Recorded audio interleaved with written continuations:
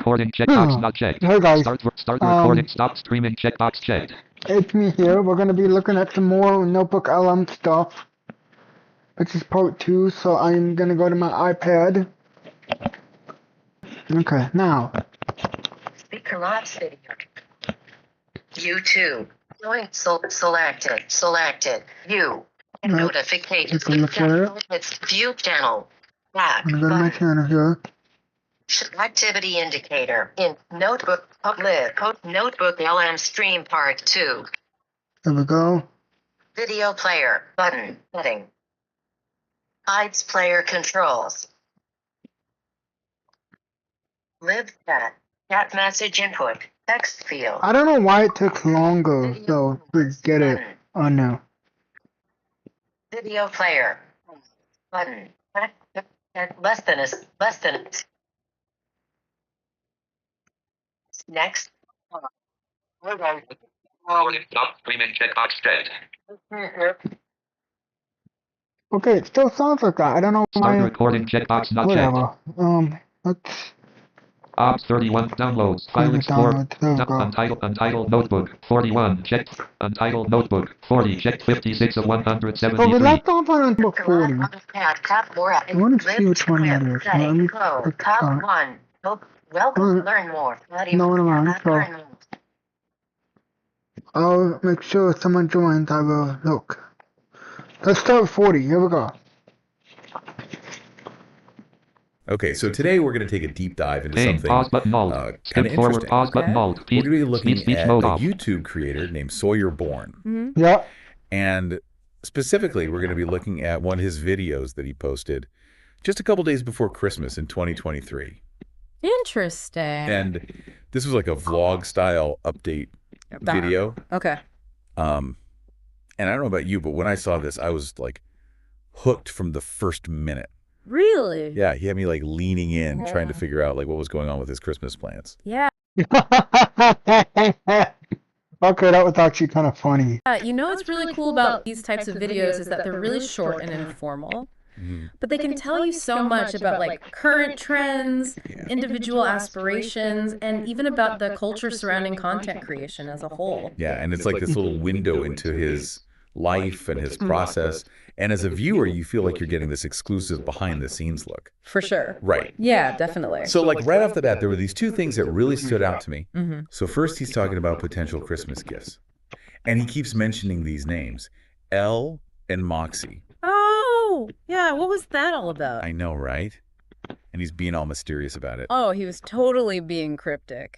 Oh, did you say L? No, you mean Elif, not L. Oh, I remember that video. Okay, yeah. It's not L, it's Elif. And Moxie, yes. But here's the problem with that guy. So Moxie, unfortunately, is taken down. Well, not taken down, but they've made it into an open source, which I don't know how to feel about that. Depends on how accessible it is, but I don't know. Anyway.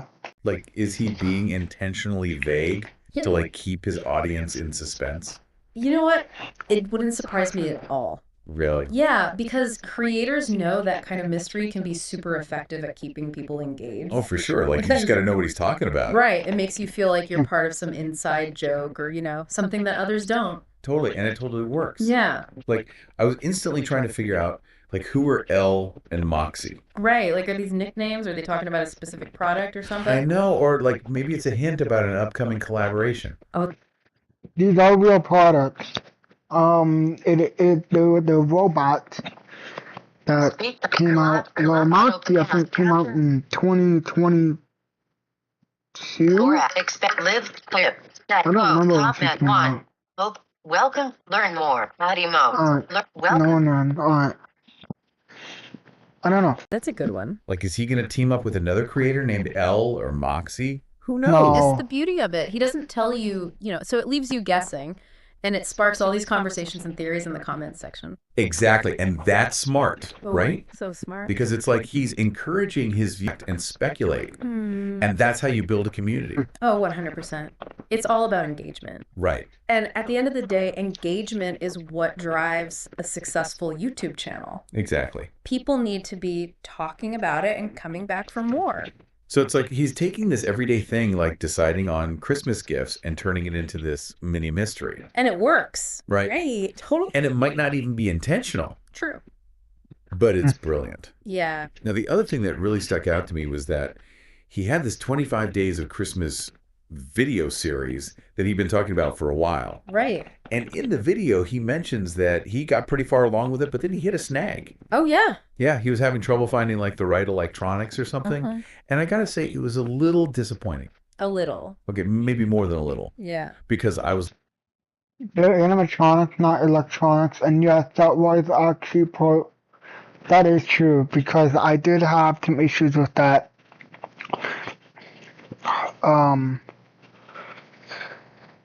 Because I was so close to making it. I was so close to making 25 Days of Christmas special that year, but that wasn't full. But last year we did it. We did it, Cole. We made it to 25 days. So yeah. looking forward to that series. Well, you know, it's interesting because that actually brings up a really important point about the pressures that a lot of creators face. Yeah, especially around the holidays. Exactly. Like everyone expects you to be putting out all this like festive content. And then you have to factor in things like, you know, the algorithm.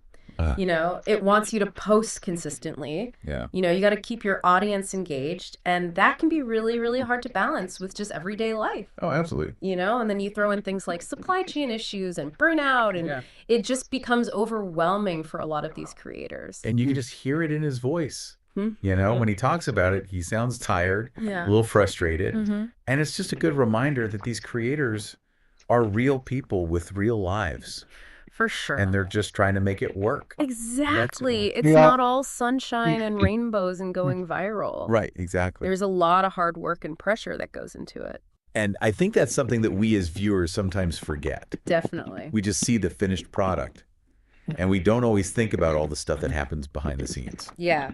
And this is where, like, understanding how YouTube actually works becomes so important. Like, we always talk about likes and comments, but the algorithm is way more complicated than that.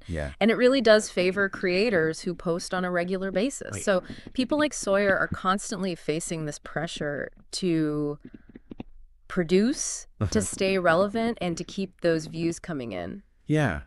And it's clear that he's grappling with that tension. Oh, like, on the one hand, he's obviously tired. He's frustrated. He's dealing with these setbacks. But then on the other hand, he's still so enthusiastic about his channel. Totally. Like when he starts talking about his plans for future videos and the reviews he wants to do, you can just see that spark. It's like he's still so passionate about it. Yeah. Yeah. And it's like he's trying to find that balance. You know? It's all about balance. Between like his personal life and the demands of the platform. Exactly. And that's like the tightrope that so many creators are walking these days. Totally. And then like right at the end of the video, he does that classic like, comment, and subscribe thing. Oh, yeah. And, you know, we've all heard it a million times, but it's more than just a catchphrase. It is. Right? Yeah. It's like he's directly appealing to his audience. Right. Reminding them that they're a part of this. That their engagement matters. Yeah. Their support is what keeps his channel going. Right. So it's this reminder that he's not just talking into the void. Oh, it's way more than that. He's building a community. He is. He's making connections. And he's relying on his viewers to be a part of it. 100%. So we started out talking about Sawyer Bourne's Christmas plans. We did. But I think we've uncovered something much bigger, haven't we? We have. Like, this isn't just about one creator's holiday. It's a glimpse into what it's like to be a content creator today. It is. The challenges, the wins, and like this whole balancing act. Yeah, the constant push and pull between staying true to yourself and meeting the demands of the algorithm. Exactly. It's fascinating. It really is. And it makes you wonder, like, how do these creators manage to do it all? I know. How do they stay authentic and passionate and keep that connection with their audience strong? Yeah, especially in this ever-changing digital world. It's something to think about, isn't it? Definitely. Yeah. Something to think about. Oh, okay. So that was it for that. That was weird. Did that come a bit right?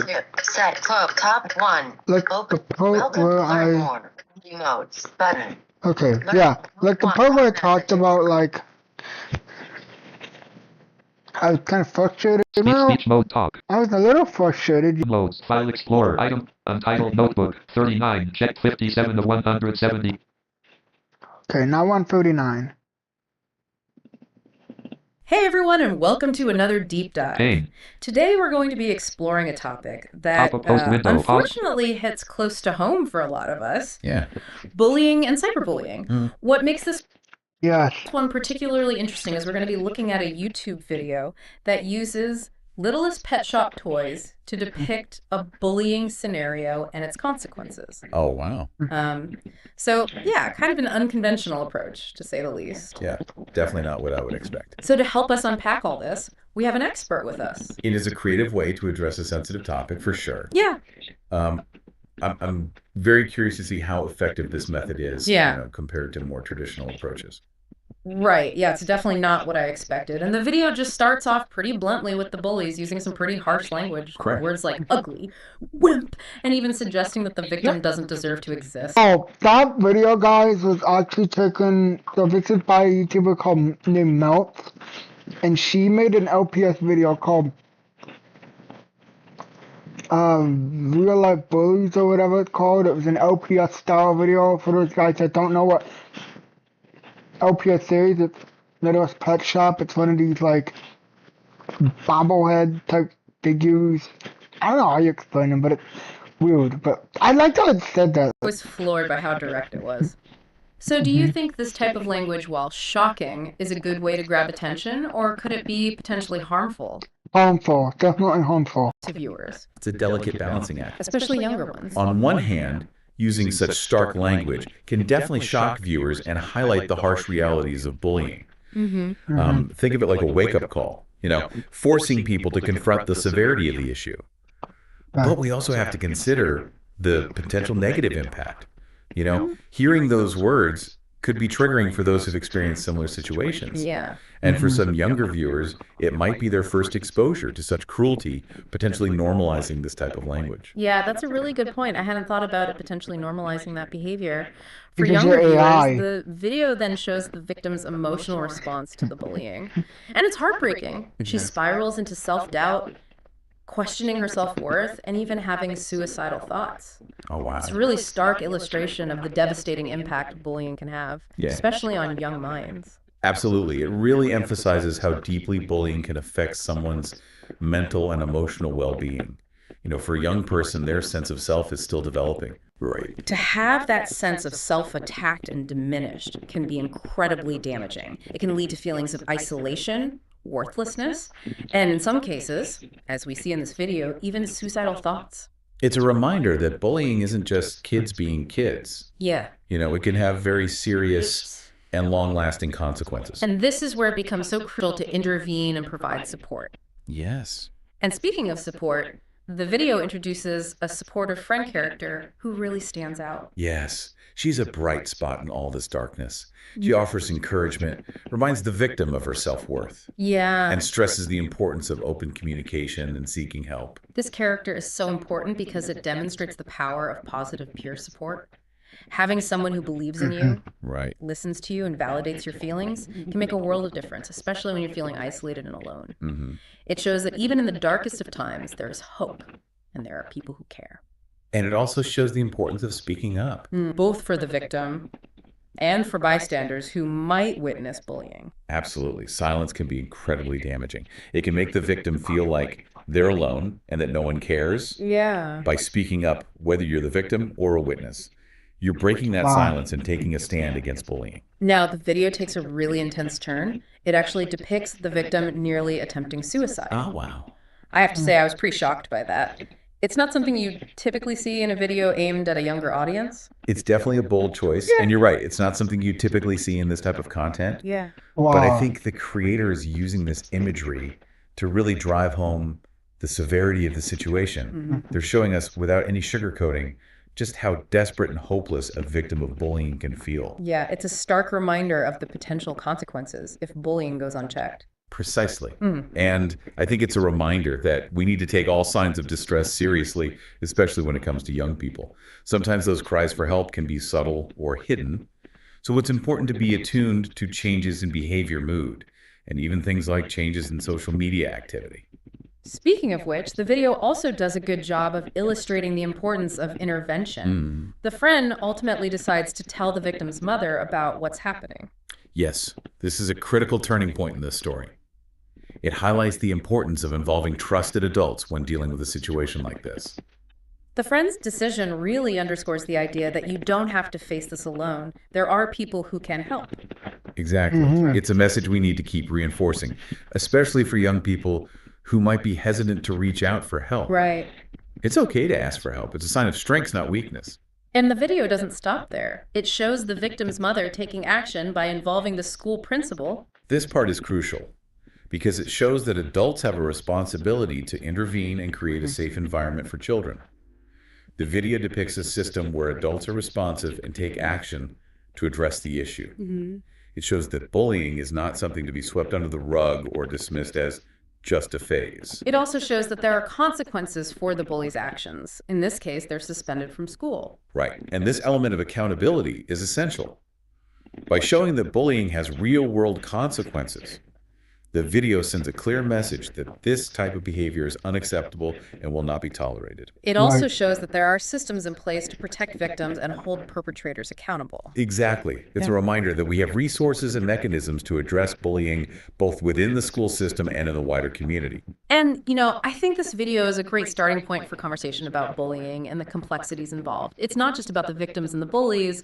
It's about the role of bystanders, the impact of social media, the importance of parental involvement, the effectiveness of school intervention programs, and so much more. It's a multifaceted issue. And I think this video, as unconventional as it may be, has done a good job of bringing some of these important elements to light. But before we dive deeper into some of those aspects, let's take a quick pause here. When we come back, I want to get your thoughts on whether this type of unconventional approach, using toys to portray something as serious as bullying, could actually be more effective in reaching young people than traditional educational methods. That's a really interesting question, and I think it's worth exploring. Traditional methods like lectures or pamphlets can sometimes feel a bit dry or preachy, while this video uses storytelling and visual imagery to engage viewers on an emotional level. Yeah, it's like sneaking in a serious message under the guise of something familiar and engaging.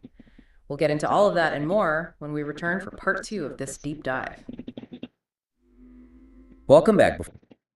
Okay, I will be back. Speech mode off.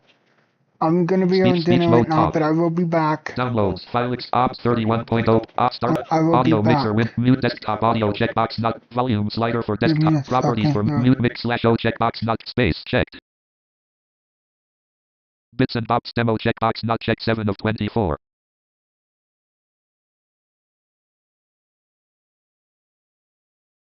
Screen review blank. Show desktop button. Folder view list with 24 rows.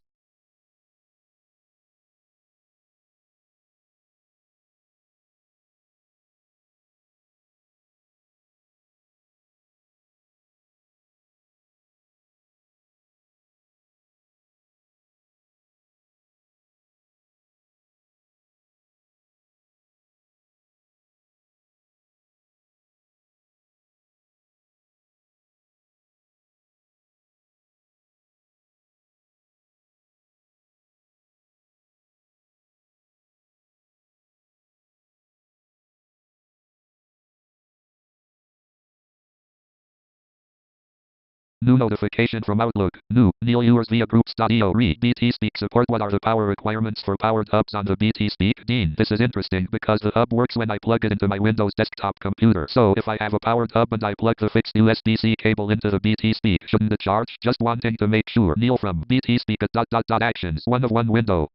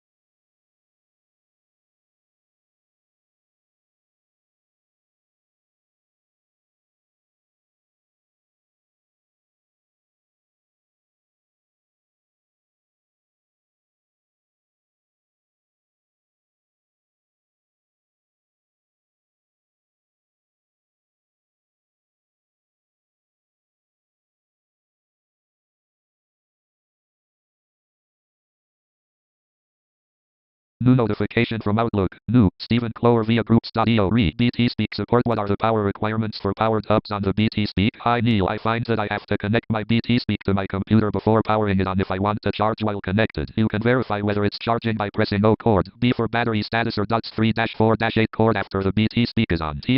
Actions. 1 of 1 window.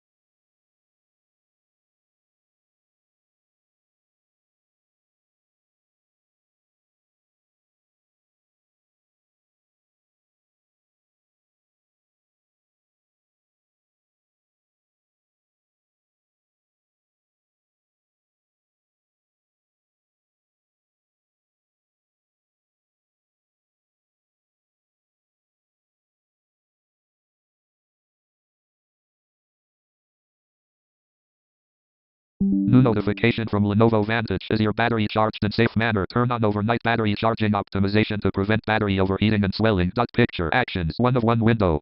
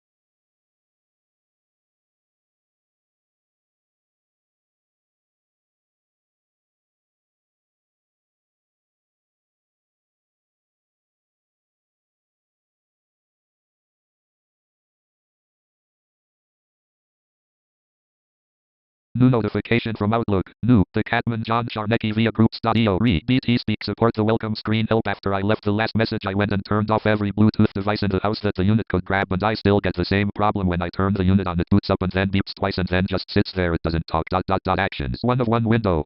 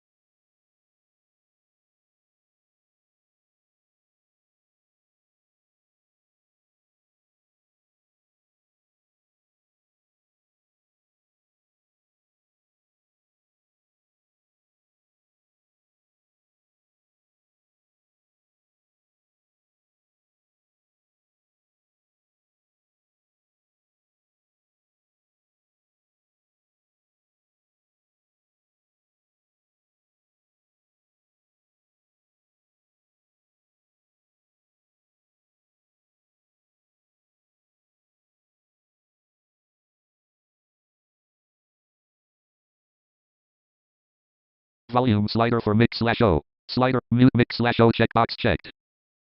Space not checked. Volume mute mix/O checkbox not Thank checked. you all so much. I am so sorry for keeping you guys waiting. I'm back. Speak. We're gonna continue with this notebook alarm. You. So, Pass. Back. Note third. Lawyer go board. back. 53. Action. Notebook LM string. Notebook LM string logger. Okay. Expect more at chat track position. Next for video and Let me loading. check the chat and see if people have said something.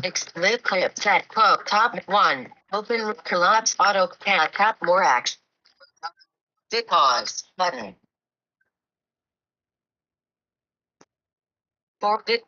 Forward pause. Pause. Alright, so, Auto caption more live clip set quote top 1. Open welcome learn more body modes. Chat okay, no one message, came in. Alright, so, Volumes. Audio mixer window. Volumes. Media player. Skip forward. Play Let's button do this mode. again. Before the Space. break, we were Pause. talking about the powerful way this video uses Speech Littlest mode Pet on. Shop Speech toys mode to off. portray a very serious topic. It got me thinking, could this unconventional approach actually be more effective in reaching young people than traditional educational methods? That's a fascinating question. Traditional methods like lectures or pamphlets often rely on conveying facts and figures, but those can sometimes feel impersonal and detached. Right. This video, on the other hand, taps into the power of storytelling. Yeah. Seeing these scenarios played out with familiar toys might just resonate more deeply with a younger audience. Yeah, it's almost like it lowers their guard, making them more receptive to the message without feeling preached to. Exactly. Think about it. Children often use toys to process their own experiences and emotions. So using toys to depict bullying could provide a safe space for them to explore these complex issues. It's like giving them a language they already understand to talk about something difficult. Precisely. And let's not forget the visual element. The video uses vivid imagery to depict the emotional turmoil the victim goes through. Right. That visual impact can be much more powerful than simply reading about it in a pamphlet. It definitely packs an emotional punch, and speaking of emotional impact, the video doesn't shy away from depicting the victim's suicidal thoughts. It felt like a risky move, but also a powerful one. What are your thoughts on that? It's a high-stakes decision for Wow. sure. But by showing the depth of the victim's despair, the video underscores the seriousness of the situation and the potential consequences of unchecked bullying. It normalizes those feelings of despair, letting viewers know they are not alone in experiencing them. Yeah, and I think it also serves as a stark warning to those who might be engaging in bullying behavior. It forces them to confront the potential impact of their actions. Absolutely, it's a reality check for both the victims and the perpetrators. It reminds us that words and actions can have very real and devastating consequences. Now, the video also touches on the theme of cyberbullying. We see the victim being harassed online, receiving cruel messages and threats. It's a reminder that bullying isn't confined to the schoolyard anymore. It can follow you home into your online spaces. This is such a crucial point. Cyberbullying can be particularly insidious because it often happens anonymously and can reach a much wider audience. The potential for harm is amplified. And it can feel inescapable for the victim, like there's no safe haven. Exactly. That's why it's so important to address cyberbullying specifically. We need to educate young people about online safety, digital citizenship, and the importance of reporting any instances of harassment. It's also a reminder that the same rules of kindness and respect that apply offline should apply online as well. Absolutely. The digital world should be an extension of our values, not a place where we abandon them. The video also provides a powerful example of intervention. We see the friends stepping up and telling the victim's mother about the bullying, which ultimately leads to the school getting involved and taking action. This scene highlights the importance of bystander intervention. It shows that anyone can make a difference, even if they're not the direct target of the bullying. The friend's decision to speak up is a powerful reminder that silence is not an option. We have a responsibility to support those who are being bullied and to challenge those who are engaging in bullying behavior. It's about creating a culture of empathy and accountability. It's about sending a clear message that bullying is not okay and that we as a community will not tolerate it. And I think the video does a great job of emphasizing the importance of involving trusted adults. The friend tells the mom tells the principal, and the principal takes action. It shows that there are systems in place to protect children and hold perpetrators accountable. This aspect is crucial because it instills a sense of hope. It shows that young people are not alone in facing these challenges, and that there are adults who care and want to help. It's a reminder that we all have a role to play in creating a safe and supportive environment for young people, whether we're parents, educators, friends, or community members. We all have a responsibility to speak up against bullying and to support those who are being affected by it. And it's not just about reacting to incidents of bullying when they occur. It's also about proactively fostering a culture of kindness, respect, and inclusivity. Absolutely. It's about creating a world where bullying is simply not an option. Now, I'd love to get your take on this. We've talked a lot about the video's content, but the way it's presented is also fascinating. Do you think using these littlest pet shop toys to depict such a heavy topic could actually spark a deeper level of engagement and discussion? That's a great question. It's certainly an unconventional approach, but I think it has the potential to reach young people on a different level. As we were saying earlier, kids often use toys to process their own experiences and emotions. Yes, so using toys to depict bullying could make the topic more relatable and less intimidating. It might even encourage young viewers to open up about their own experiences. It's like meeting them where they are using a language they already understand. Precisely. And the visual element can't be overstated. Seeing these scenarios played out with familiar toys might make a more lasting impression than simply hearing about them. It could also make it easier for kids to talk about the video with their parents, teachers, or friends. Those toys could act as a bridge to a difficult conversation. That's an excellent point. The toys could serve as a starting point for dialogue, helping young people to articulate their feelings and thoughts about a topic that can be hard to discuss. Now, while the video focuses on bullying in a school setting, it also touches on the broader themes of self-worth, resilience, and the importance of seeking help. These are essential messages to convey, especially to young people who might be struggling with bullying or other challenges. The video reminds us that even in the darkest of times, there is hope and support available. It encourages viewers to reach out to trusted adults, friends, or resources like the National Suicide Prevention Lifeline. And that message of hope is so important.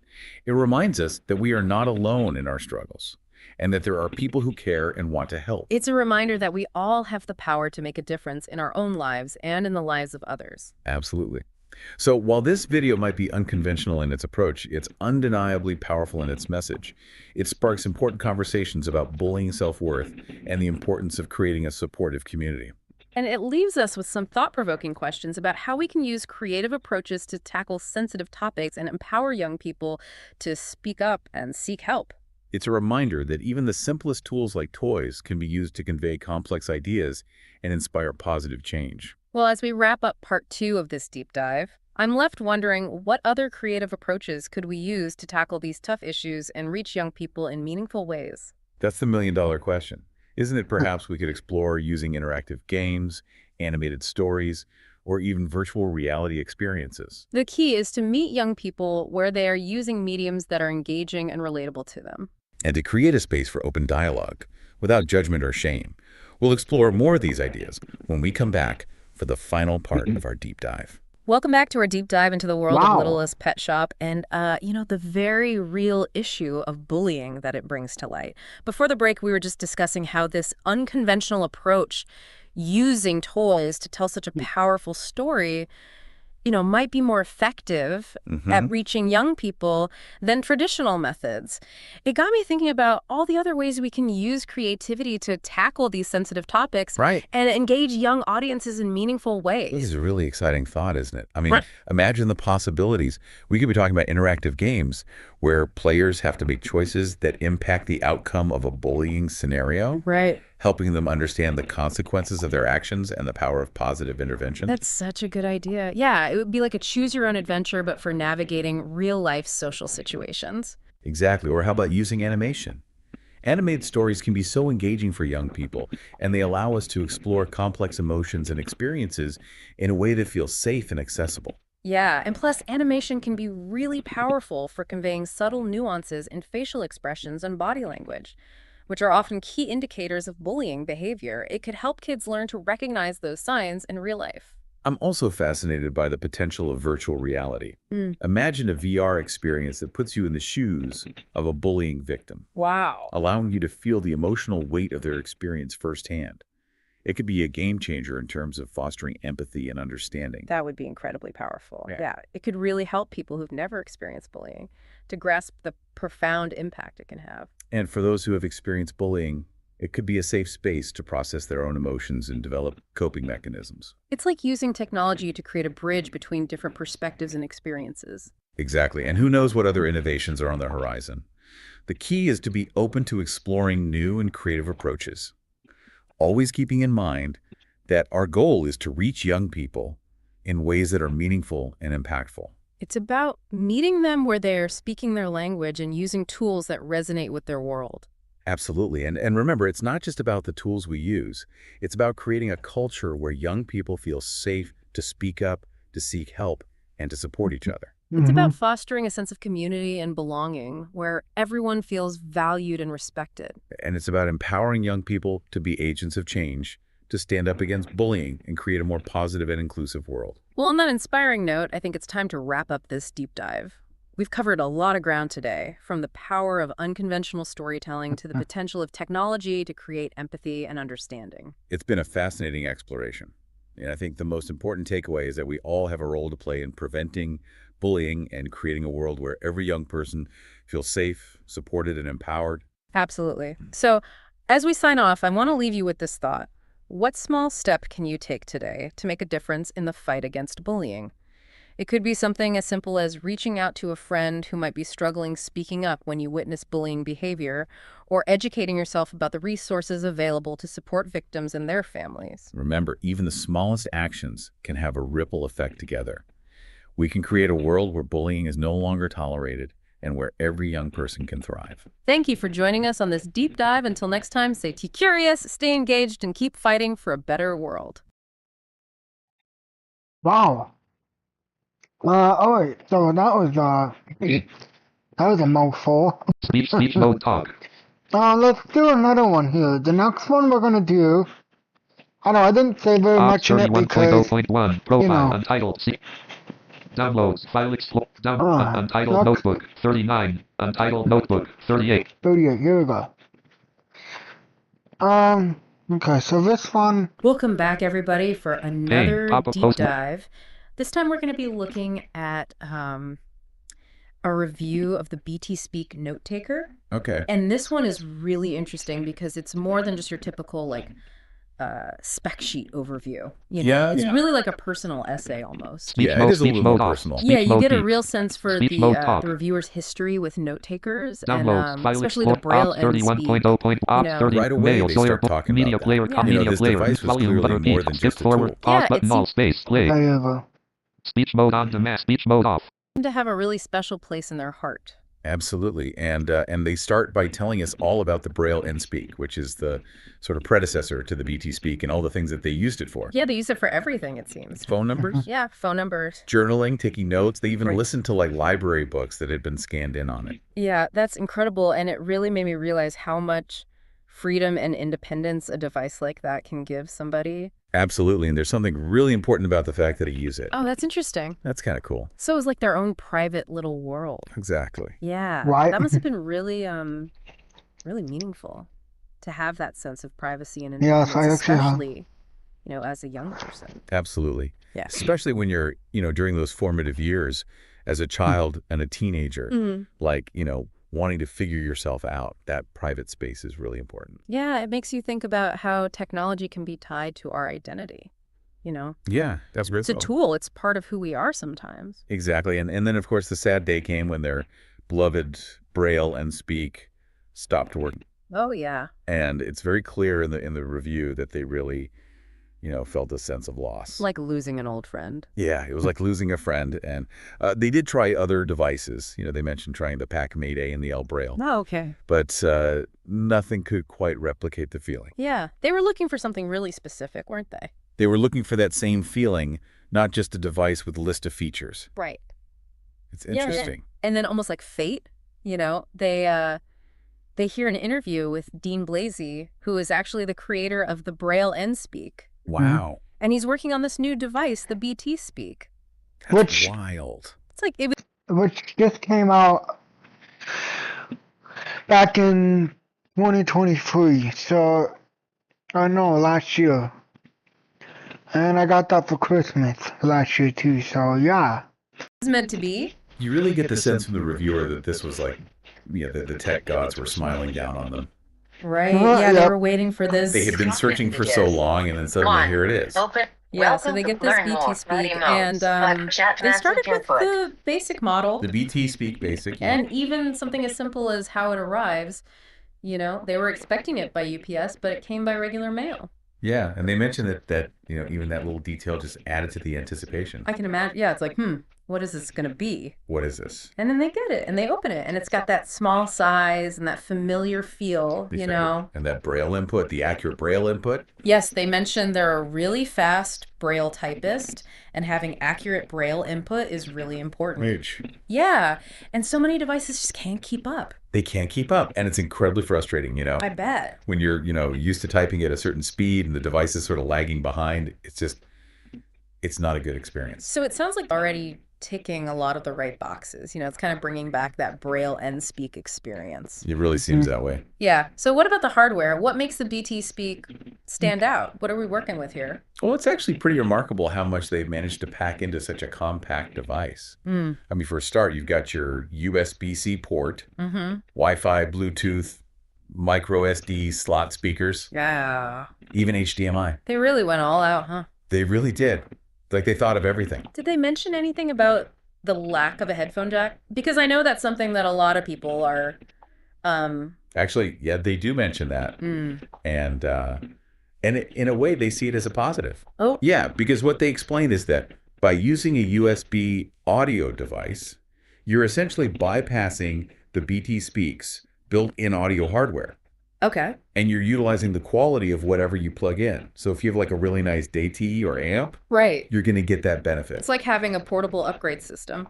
Exactly. Yeah. It's a really clever way to think about it. No, amidst all of this praise, all of this excitement, they did mention one thing that kind of caught my attention. Oh, what's that? They seemed a little bit concerned about the power button. Yeah, they mentioned that the power button feels a little delicate. Okay. And they even said that they'd heard of instances where it had broken off. Oh no. So Why? that is Okay. definitely something to keep in mind. Yeah, especially for a device that's meant to be used on the go, Absolutely. You Yeah. want something that's durable. And for Braille users, that tactile feedback is so important. Yeah, you're interacting with the device primarily through touch. So any issues with the buttons could be a real problem. Yeah. Definitely. Okay, so we've talked about, the initial impressions, the hardware. What about the software side of things? Oh, yeah. What kind of experience are we talking about here? Well, so the BT Speak offers what it calls traditional mode, Okay. which is, intended to really evoke that classic Braille and Speak experience. Okay, I like it. And within that mode, you actually have a choice between two different speech synthesizers you can choose, between eSpeak Okay.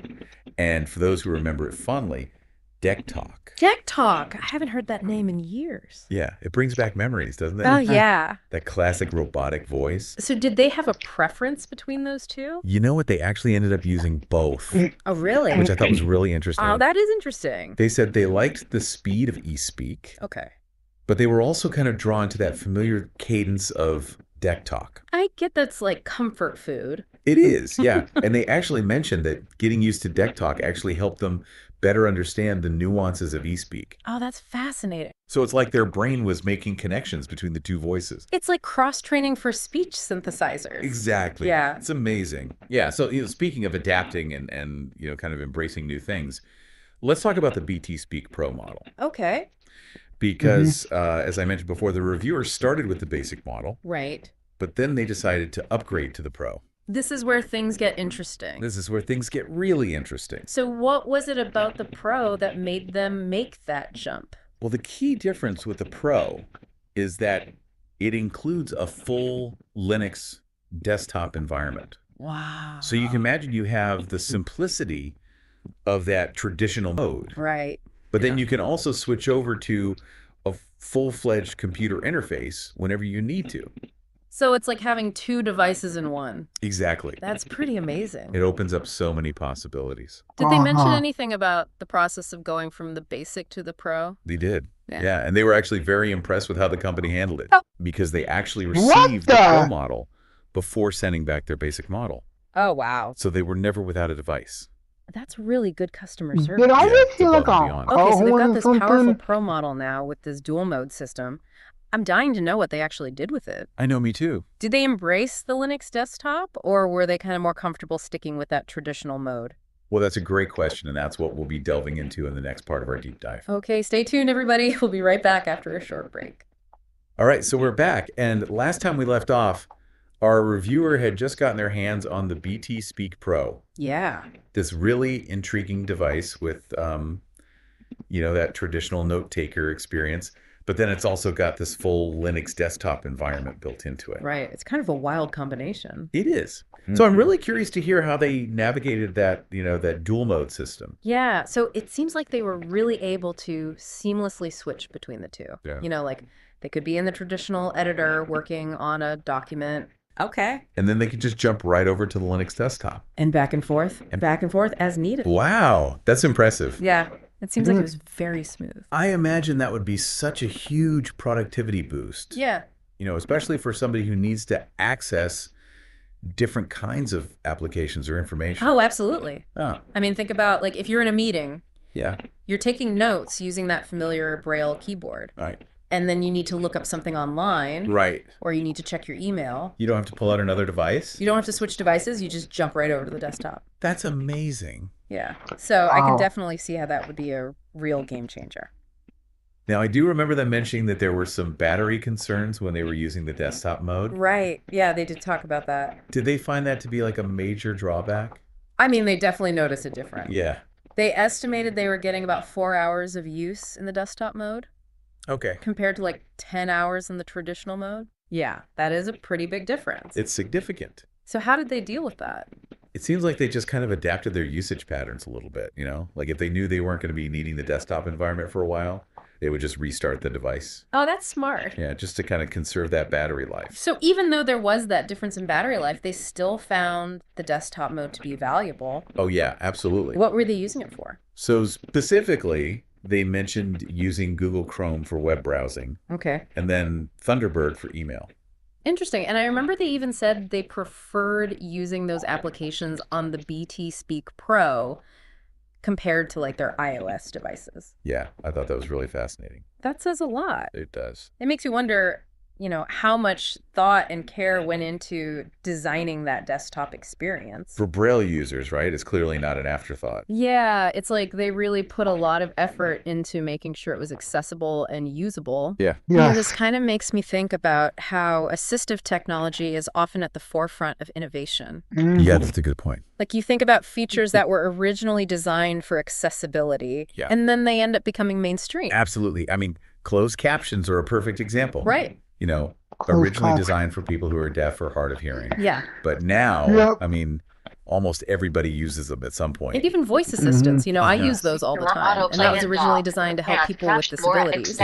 So it's really cool to see how inclusive design can lead to better technology for everyone. It's a win-win. Now, going back to the BT Speak Pro, they did mention something about Braille translation options being different in the two modes, right? Yeah. So that's one thing to keep in mind. Okay. They pointed out that the desktop side currently only uses grade 1 Braille, Okay. which is also known as computer Braille. Oh, So that's a yeah. more simplified form of Braille, right? Exactly. It's generally used for technical content, and it doesn't represent all the contractions and abbreviations that you would find in like literary Braille. So for someone who's used to reading and writing in more complex Braille, that could be a bit of an adjustment. Yeah, definitely. And the reviewer did mention that, you know, it was something they had to get used to. So how did they work around that? Well, it seems like they primarily used the desktop mode for things like web browsing and email. Where grade 1 Braille would be sufficient. Exactly. And then they could always switch back to traditional mode Okay. if they needed to work on something that required more complex Braille translation. So they were able to make it work. Yeah, they found a system that worked for them. You know, this kind of reminds me of something we were talking about earlier, you know, that sense of privacy Oh yeah, with the Braille and Speak. that the reviewer felt with their Braille and Speak. Do you think that carries over to the BT Speak? That's a really interesting question. It is, because they don't explicitly address privacy concerns. Mhm. But the fact that it offers this, you know, separate self-contained environment Oh, for Braille input and document creation, you know, that could be really appealing to someone who values their digital privacy. Especially these days. Yeah, especially these days where our data is being collected and analyzed. And, Everywhere we go. yeah, it's like having a little oasis of digital privacy in your pocket. I like that. All right, so we've got this powerful device with its dual mode system, Yeah. impressive battery life, you know, a real focus on accessibility and customization. But what's the bottom line here? Okay. After all this exploration and experimentation, how does the reviewer feel about the BT Speak? Well, they give it a resounding 5 out of 5 stars. Wow. They were clearly very impressed. I mean, that's the highest praise you can Yeah, get. I'm It actually is. impressed. And they too. raved about the But customer what the- support. Okay. They talked about the value for money, especially compared to other note takers on the market. Okay. And they even went so far as to say that the BT Speak has changed their life. Wow, that is powerful. It is. So they really found a device that speaks to them practically and emotionally. Absolutely. It's like they've come full circle. Yeah. You know, they rediscovered that sense of joy and empowerment that they experienced with the Braille and Speak. Right. But now they have even more possibilities and flexibility. And I think this highlights something really important about assistive technology in general. Yeah, It's not just about the features and the functionality. right. It's about creating tools that empower people to live their lives to the fullest. And to connect with the world in a way that's meaningful to them. Exactly. Yeah. And the BT Speak seems to do just that. Okay, so we've covered the reviewer's journey with the BT Speak, Right from Yep. the Braille and Speak to the Pro model. but their story really raises some interesting questions about note-taking technology in general and the evolution of accessibility. What are your thoughts on that? Well, I think this deep dive has given us a lot to ponder. Yeah. You know, maybe it sparked some curiosity about the BT Speak for you, or maybe it made you think about the technology you use every day in a different way. Yeah. But Yep. whatever it is, I hope it's encouraged you to see the potential for technology to not only make life easier, but also richer and more fulfilling. I love that. So as we wrap up this deep dive, I think we're left with a lot more than just a review of the BT Speak. Absolutely. We've got food for thought about, the evolution of assistive technology, Right. the importance of inclusive design, Yeah. and the potential for technology to really connect with us on a deeper, more human level. I couldn't have said it better myself. So, dear listeners, as you navigate this ever-evolving world of technology, remember to approach it with curiosity, a critical eye, and a sense of wonder. I like that. Who knows, maybe you'll be the one to discover the next BT Speak. A device that not only pushes the boundaries of what's possible, but also touches lives in profound ways. That's a great thought. Thanks for diving deep with us, everybody. All right, so we've spent the last 2 parts really digging into this fascinating BT Speak review, but I think it's time to zoom out a little bit. Yeah. See what bigger picture observations we can pull out of this deep dive. Okay. What stands out to you? Well, I think it's fascinating to see the evolution. We've gone from assistive technology being purely functional Right. to devices like the BT Speak that really tap into something deeper. Yeah, like the Braille and Speak wasn't just a tool. Right. It represented independence, Right. a sense of self for this reviewer, and it seems like the BT Speak is carrying that torch forward. I know, but Yeah, it's and very it long. makes you wonder, are we as a society designing technology with that human element in mind? That's a good question. Are we thinking about the emotional needs of users alongside the functionality? Yeah, because we often get caught up in the bells and whistles, Right, yeah. the latest features, but sometimes the most impactful technology is the kind that really understands and adapts to the user's individual needs. And that includes their emotional needs? Exactly. Remember how the reviewer talked about preferring the BT Speak for email and web browsing over their iOS devices? Yeah, that was really interesting. It really challenges the assumption that mainstream technology is always the most user-friendly or accessible. Right, and it's a good reminder that innovation can come from unexpected places. Yeah.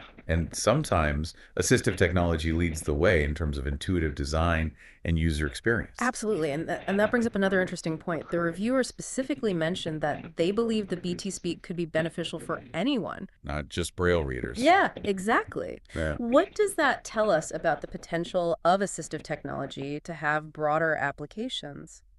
Well, I think it highlights the power of inclusive design. Yeah. When we create technology with accessibility in mind from the start, Right. we often end up with solutions that are more versatile and user-friendly for everyone. It's like curb cuts, Exactly. Originally designed for wheelchair users. Right. But now they benefit people with strollers, delivery carts. Even somebody pulling a suitcase. Yeah, it's a perfect example of how accessibility features can improve the lives of many. Absolutely. And when we start to see assistive technology not as a separate category, but as a source of inspiration for mainstream design, Yeah. that's when we really start to unlock its full potential. It's a shift in perspective. Right. Instead of viewing it as something specialized or niche, we can see it as a testing ground for innovative solutions that can benefit a much wider audience.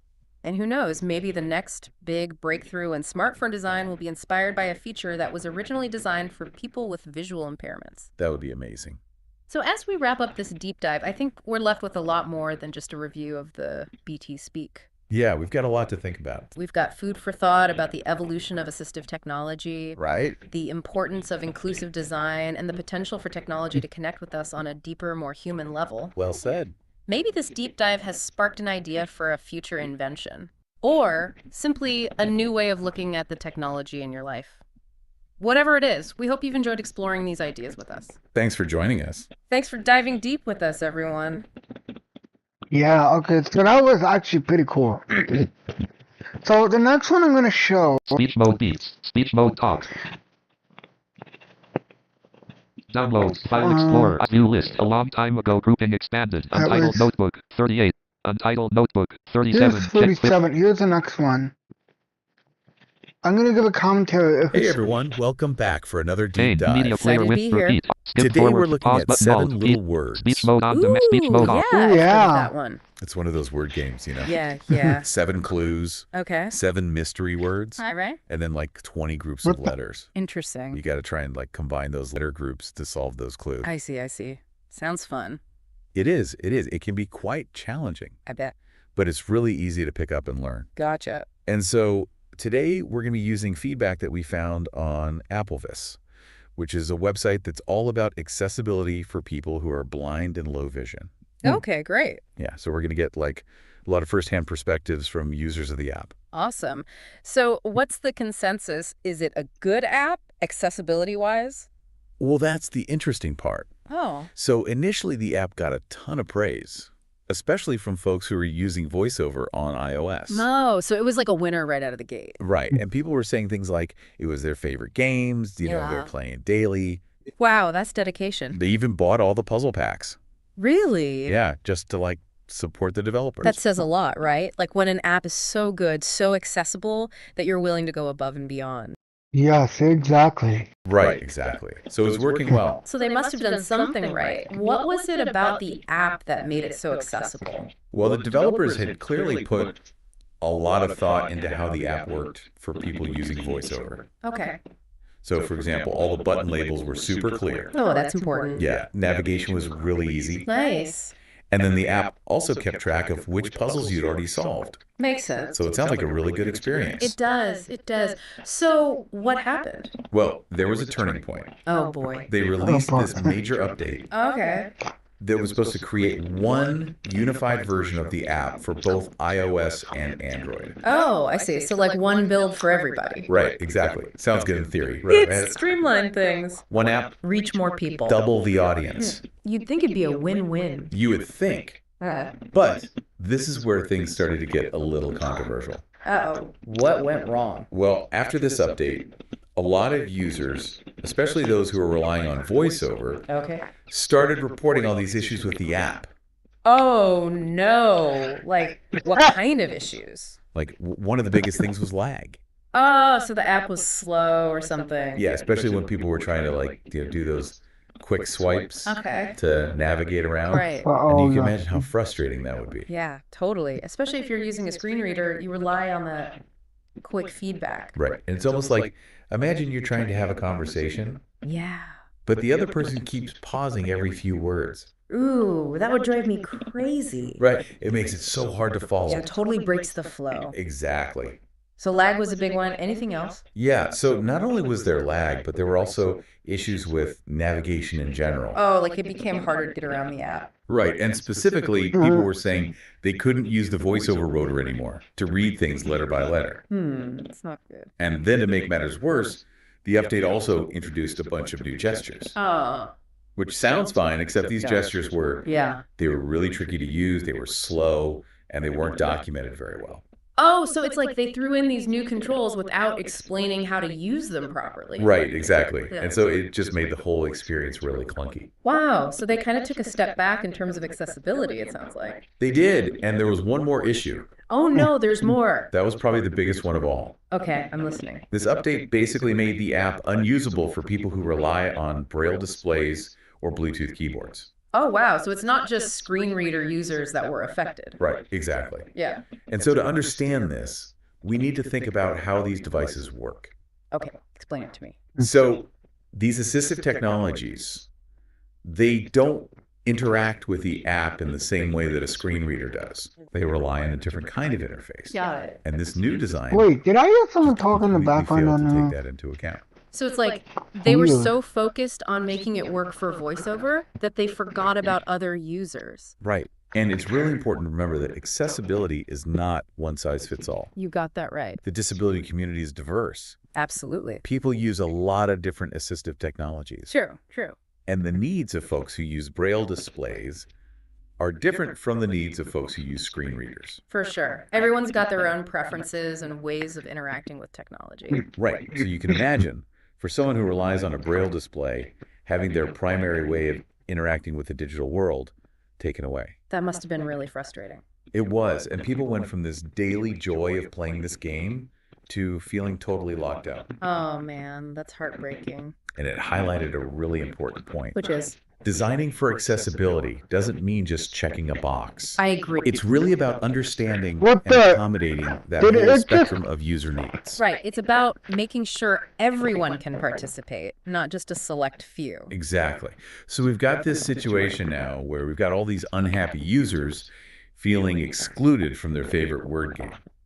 So what happened next? Did the developers just ignore all the feedback? Well, to their credit, they did respond. Okay, that's good at least. They explained their reasoning behind the changes. What did they say? They talked about how they wanted to create that single build for both iOS and Android.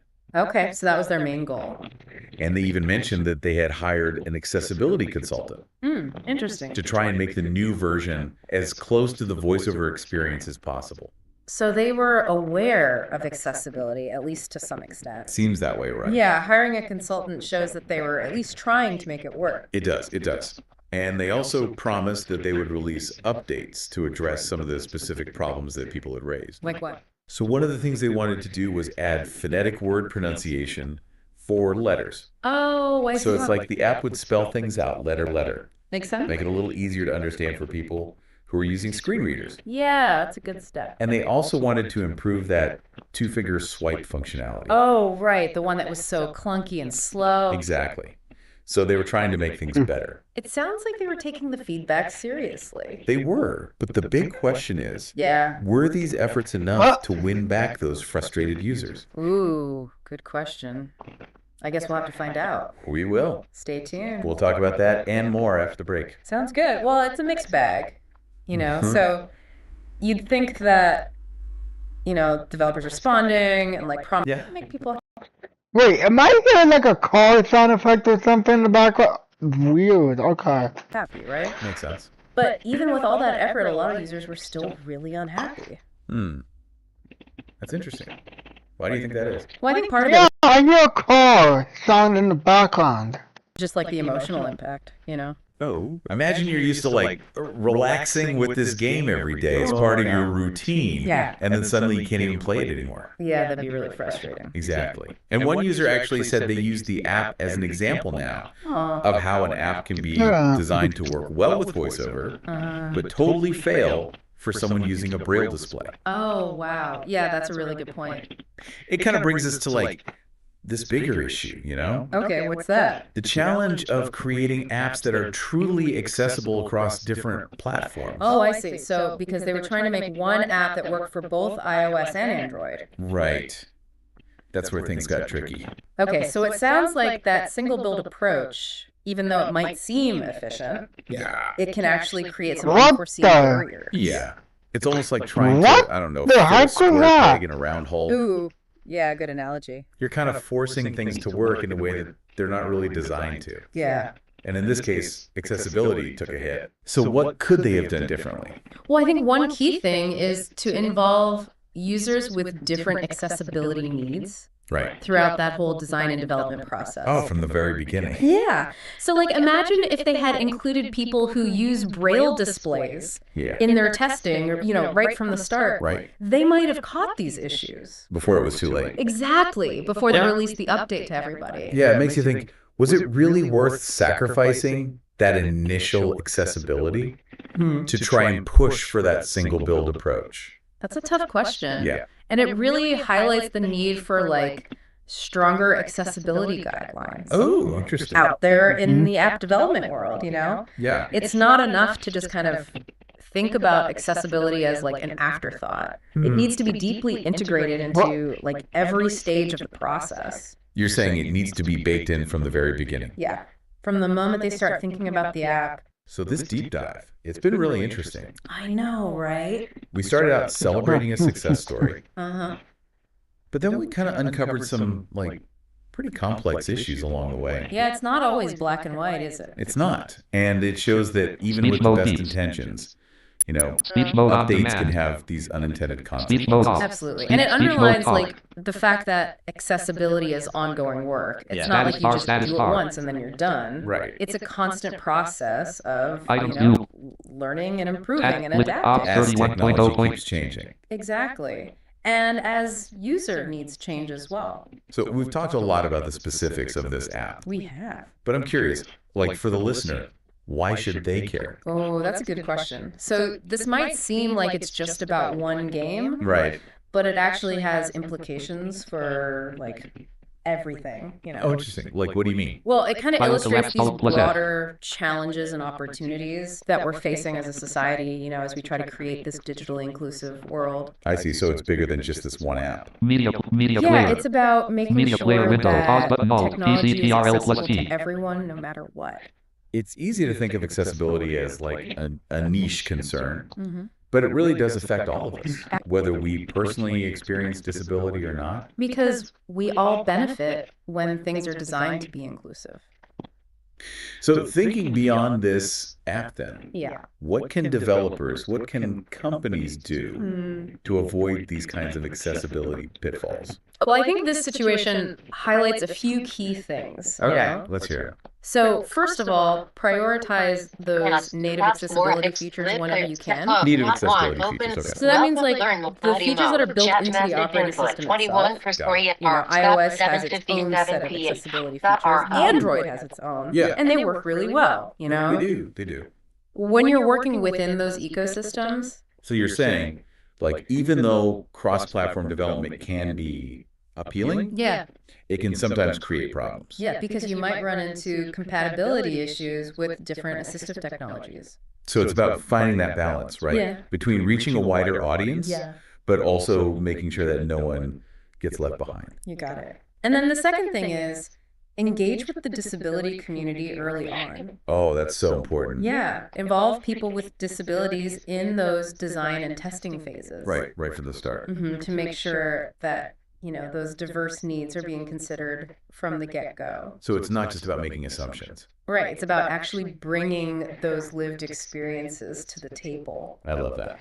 And then the last thing is just be prepared to adapt, you know? Oh, okay. Accessibility isn't a static thing. Yeah. It's always evolving. Right. New technologies are coming out. Constantly. User needs are changing. Yeah. So it's really important to be responsive and willing to make adjustments along the way. That makes sense. Yeah. So it's not like you just, you know, create an accessible app and then you're done. Right. It's an ongoing process. This has been really eye-opening, I think. It has, hasn't it? We've seen how even small changes can have this big ripple effect on users. Yeah, and it really makes you think about the human impact of every decision that we make. I agree. When it comes to technology and design. Okay, so we're nearing the end of our deep dive here. We are. But before we wrap things up completely, Yeah. I want to leave our listeners with something to think about. Ooh, okay, I like it. So remember how that update to 7 Little Words made it basically unusable for people who rely on Braille displays or Bluetooth keyboards? Right, yeah. It really highlights how accessibility goes beyond just screen readers, right? It does. It's about making sure that everyone, no matter what their specific needs are, or what kind of assistive technology they use, can access and enjoy digital content. So here's the question I want to leave you with. Okay. What responsibility do developers have to maintain that accessibility for all users, even when they're making these big cross-platform updates? Ooh, that's a good one. Is it even possible to find that balance? Yeah, like can you really reach a wider audience without leaving anyone behind? That's the question. It's a tough one. It is, and I don't know that we have the answers. Yeah. But I think it's a conversation that we need to keep having. For sure. And those conversations need to include the voices of people with disabilities, you know? Absolutely. Because their perspectives are so valuable Yes. in shaping a more inclusive and accessible future for everybody. This deep dive has been quite a journey, hasn't it? It really has. We started with all this praise for 7 Little Words Yeah. and ended up exploring some, like, really complex issues. It just goes to show that the path to digital accessibility is not always straightforward. It's not. It's a work in progress. And it's a path worth taking.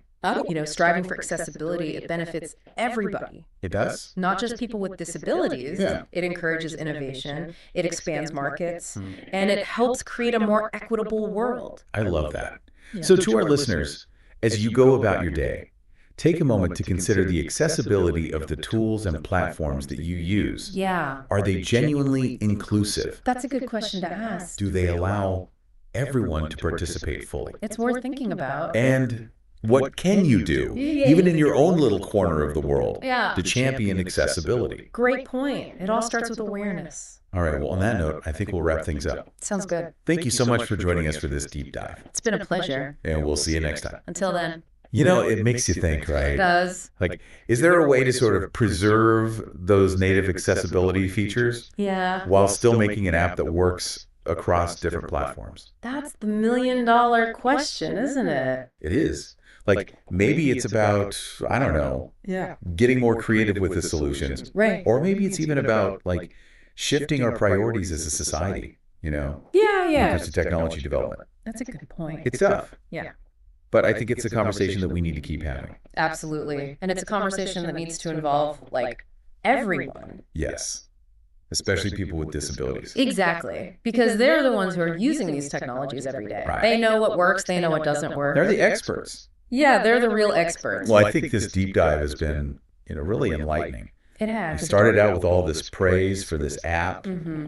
and then we kind of went on this journey, Yeah. uncovering all these really complex issues. It's a reminder that things aren't always as simple as they seem. They're not.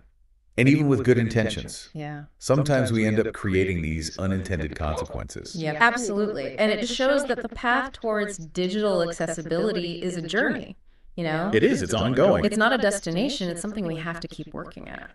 And I think that's a really important takeaway for everyone. It is. And it's something that we all have a role to play in. So on that note, I want to thank you so much for joining us for another deep dive. It's been a pleasure being here. And we'll see you next time. See you then.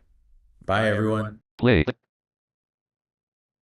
Alright, so I'm gonna end this stream. I hope all of you guys enjoyed it. Op 30. Menu bar.